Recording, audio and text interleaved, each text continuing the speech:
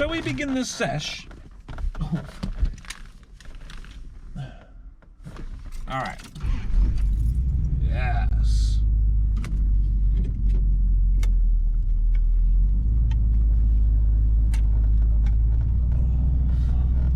Well, how you all doing? Good, I hope.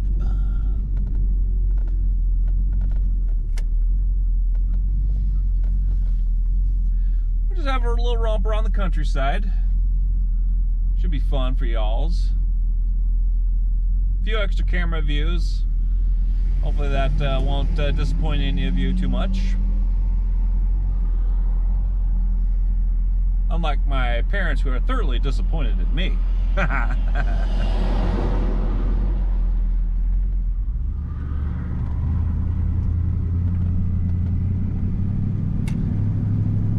This thing drives like a dream. Oh.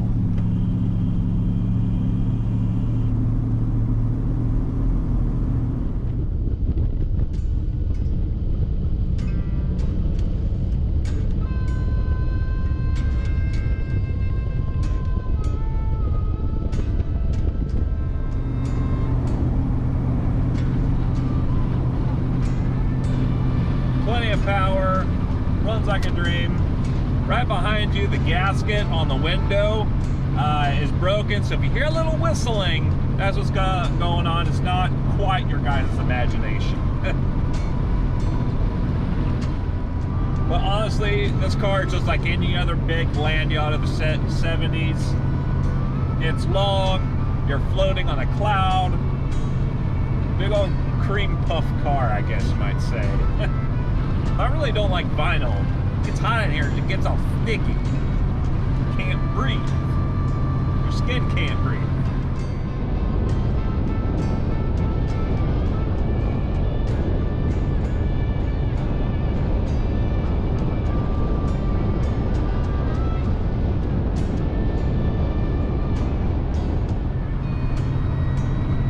Honestly though, leather is just as bad. I mean, don't get me wrong. If I had to choose between leather and vinyl, obviously it'd be leather. Between leather and cloth, that's a bit close to call for me. I'd have to think about that. I like the cloth seats because they breathe a lot easier, you know? I mean, if you have air conditioning, then I guess it doesn't matter if you have leather seats or not. But if you have working air conditioning, I'd say leather over cloth. Non-working AC, I'd rather take cloth. But that's just me. Because I'm goofy. Am I? Maybe.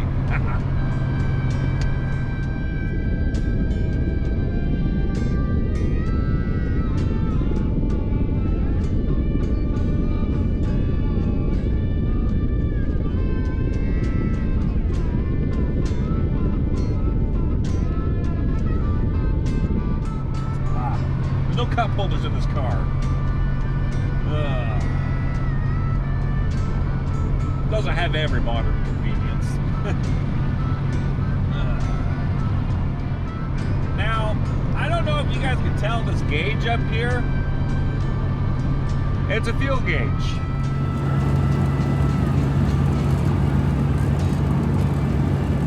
Apparently, the factory fuel gauge is inoperable. For some bizarre reason, it used to show half a tank as a full tank. Now I can hardly get it to register at all.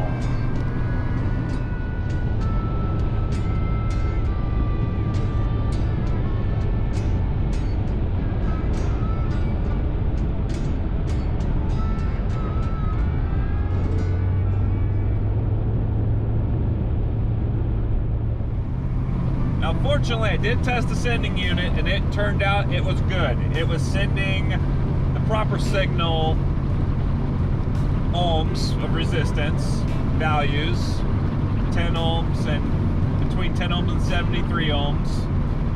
Fortunately, it was reporting that correctly, all the way up to the gauge. My instrument voltage regulator worked, because it had the 5 volts pulsed on it, and for some reason the gauge doesn't work.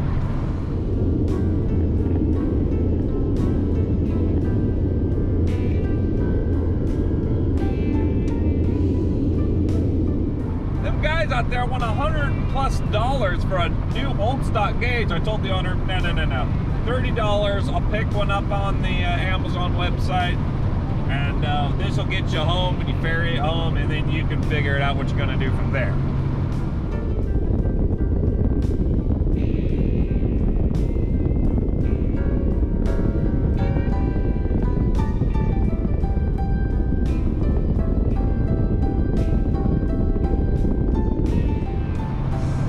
Disappointed though, but on the gas gauge here it says 3/4 is actually a real full tank is only 3/4 on the gauge, which is good.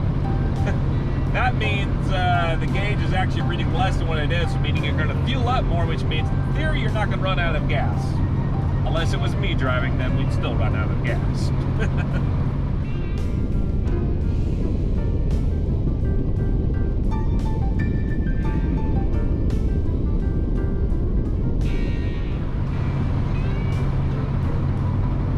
I calculated it roughly once. This thing's getting about 10 miles per gallon, which I was hoping for at least 12, maybe 13. But I figured out there might be another issue that went on with this car that we did not know about. And let me explain. I think it's got a different rear end in it. Someone put some bigger gearing in the back. Normally this car would have been like a 276 gear end ratio. Well, when I first got it going here a couple weeks ago, drove up and down the road and realized the speedometer was way off.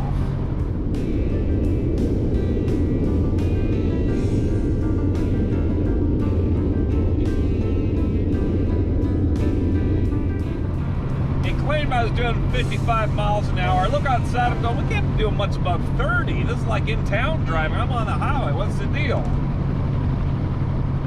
So I thought it was the speedometer, but it could have been the speedometer because the speedometer was reading, if your cable's getting bound up, it would read slower, not faster. And the needle gear is smooth.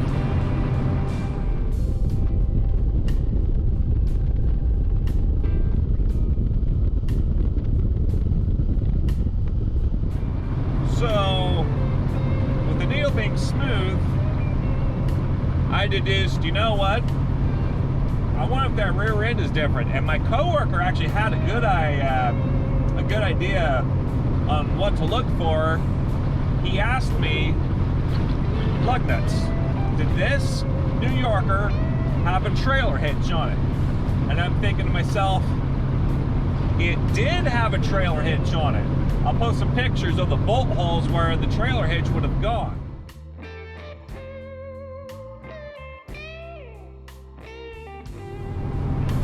It also explains why there's household 120 volt Romex wiring. Okay, household wiring, 10 or 12 gauge Romex wiring. They use that as the trailer lights. It also explained why I drained the oil and it had metal shards in it, you know, not metal shards, metal silver flakes glistening in it, you know. This transmission was put to work at one point.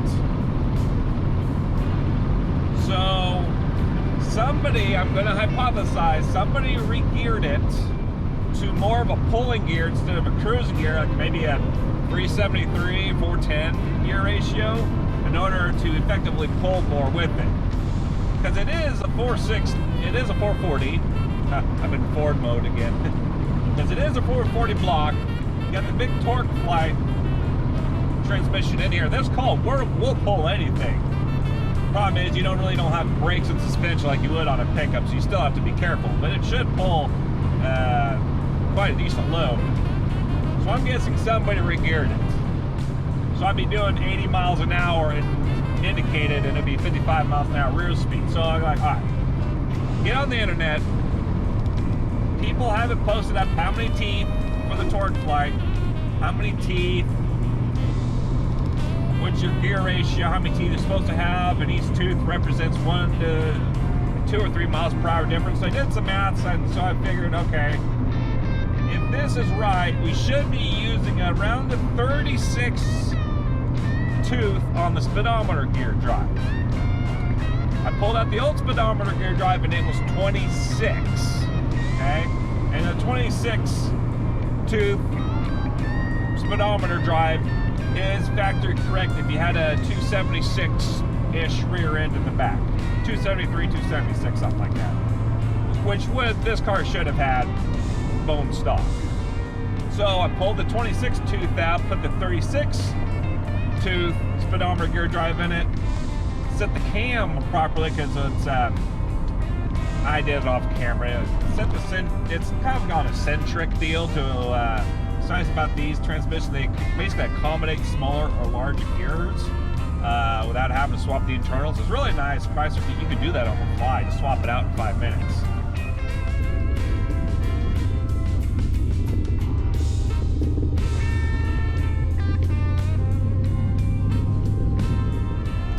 So I put the 36 tooth in there, and guess what? That needle is dead on. I got my smarter phone here. There's an app for that. You can put up a miles per hour sign. It'll use your GPS on your phone, and it matches within 1 mile per hour of the phone versus indicated. So I'm happy that I got the speedometer working correctly, reading accurately. I'm kind of disappointed because that means something's got a bigger rear end in there to tow gears. Just this thing's not going to be good for fuel economy. Not that fuel economy is ever good in these big land yachts. You don't buy these land yachts for miles per gallon, right? You buy it for the prestige, right? And plus the great people. So, a bit disappointing, but that's what we had to deal with. So that was a fun little mystery that I didn't show you guys. Now with the 28-inch tire, that means, according to the charts, this thing either has a 373 or a 391 rear end, approximately.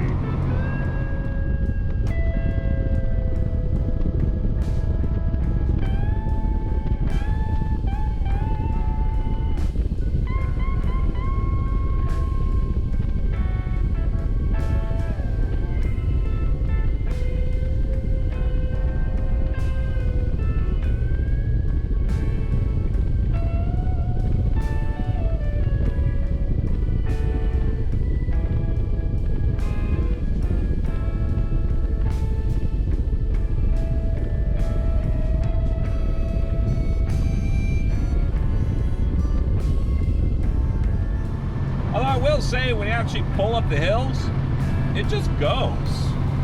It also explains why the car sounds like it's working a little bit more. It's revving up a little bit more than what it should be.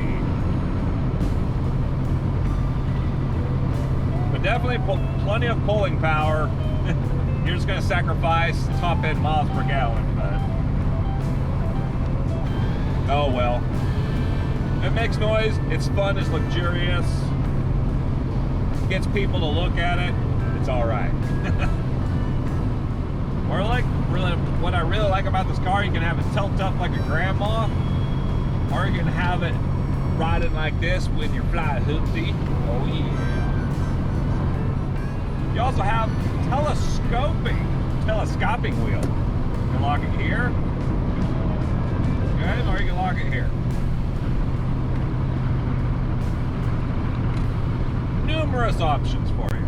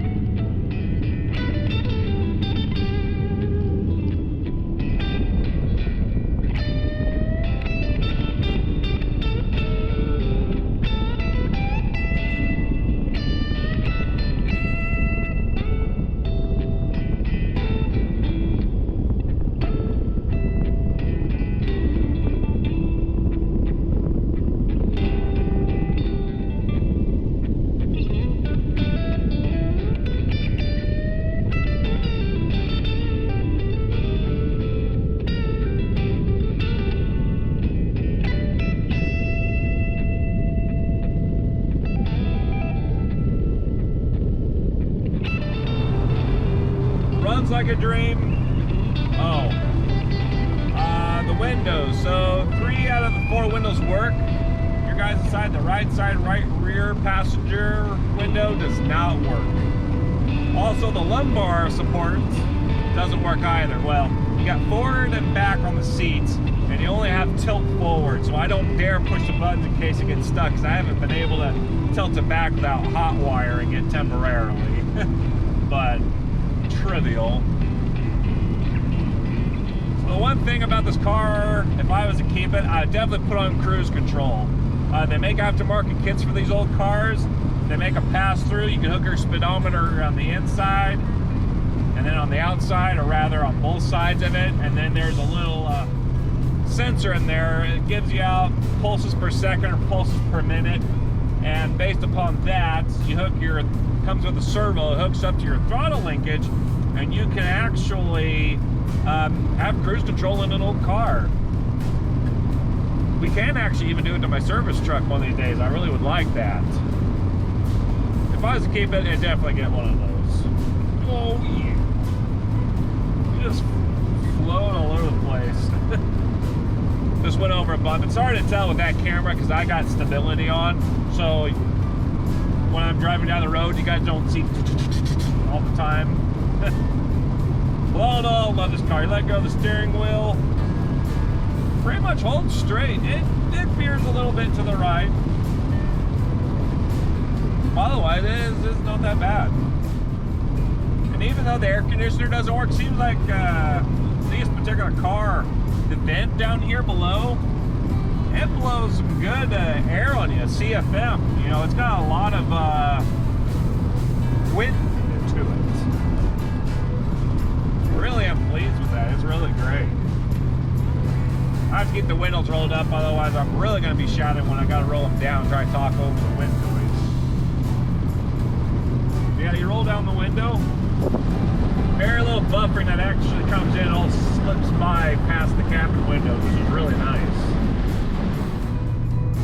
Really hate to get rid of this car. There's so much more work to do, but it's so much fun to drive. I love the looks of it, but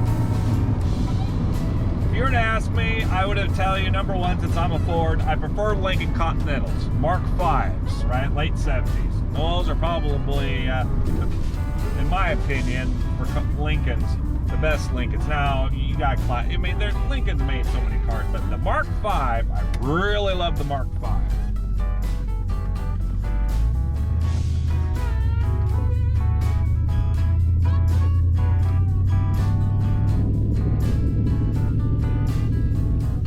My first car was a K car, Plymouth Reliant K, 86.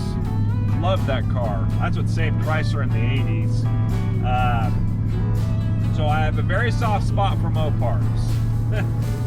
But all in all, Lincolns. Now, we're going to get into some Cadillacs too. I'm thinking one of these days that would be really nice for y'all.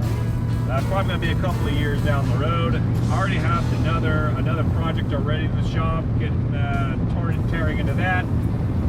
I'm at least 3 or 4 episodes into that project, which I need to get you guys up to speed on that. So late October, maybe early November, introduce the International maybe towards early mid-October, I think. So I got lots to do on my plate. It's kind of why I'm going to hand this off to the next car or next owner. He reached out to me about a year ago and said, "Oi, I want that car." I'm like, all right, well, it needs a lot of work. I think this is a fair price. And he replied back, "Okay, I'll come over and pick it up." So he'll be able to road trip at home with him and his buddy, and the car will get some more loving and it'll continue to get refurbished. He says he's going to use it every day. He wants to use it as a daily driver in the summertime, so that's good. He's an older gentleman. He appreciates the old cars. And I'm really happy it's going to someone who's going to take good care of it. One more land yacht saved from the demolition derby. One more land yacht that's gotten revived, and another vehicle that's going to get back on the road again. That makes me happy.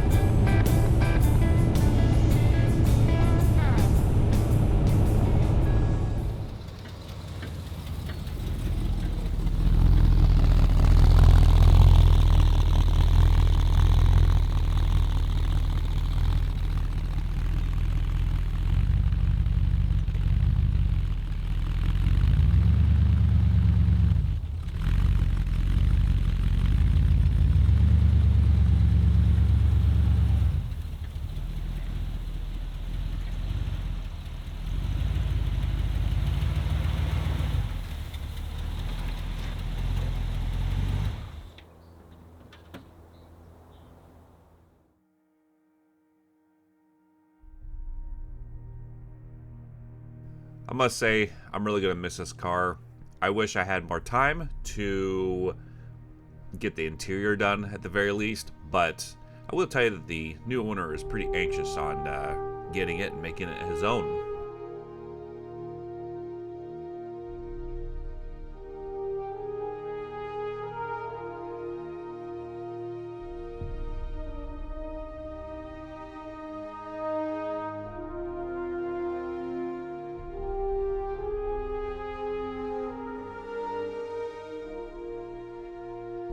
Look at those lines. I mean, just, and that chrome bumper, how big that chrome bumper is. I'm not one much for chrome, but I really like that chrome bumper.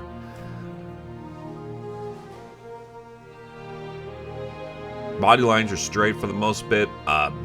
No major dents in it. Those wire wheels, those Chrysler wire wheels, oh, it's just gorgeous. Absolutely gorgeous. As far as I know, the trim pieces are there too. Oh yes, back in the day when you had side turn indicators on your quarter panels. At first I really didn't like them, but those spotlight facade lamps, they actually really grew on me. I didn't like them at first, but they really grew on me. I also really like these half moon chrome headlight covers. I have always liked that on this car when I first saw it. I'm like, oh yeah, that's a winner of an accessory. Even though some of the interior is falling apart, some of it is still in very good condition. Very solid for restoration work.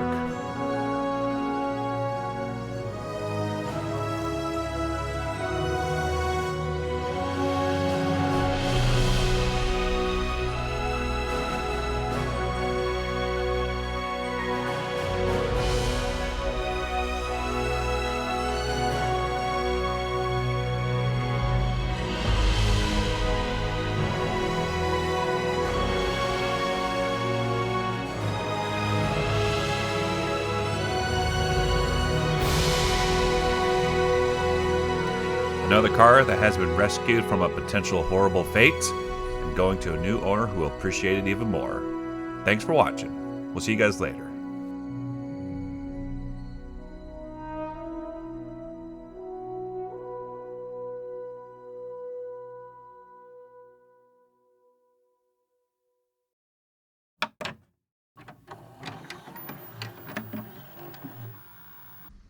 Woo. Look at the preview.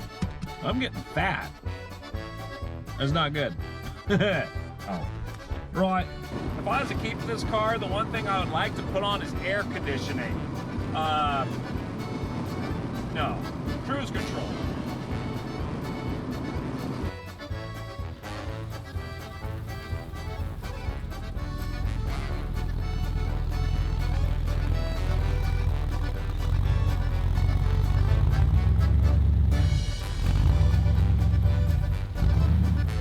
I'll do it for real.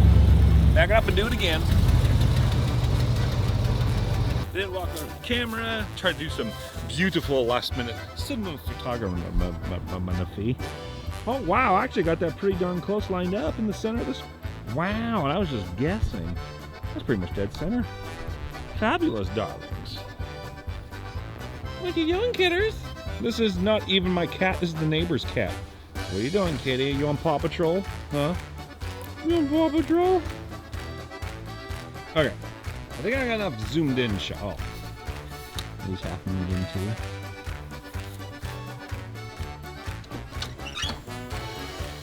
Me. We'll go Kitters. We'll go Kitty. Well, fine then. Off you go then. See if I care. That is really beginning to annoy me. You know how annoying it is to do this without music? Slow and steady, we're gonna win this race. Thank you very much.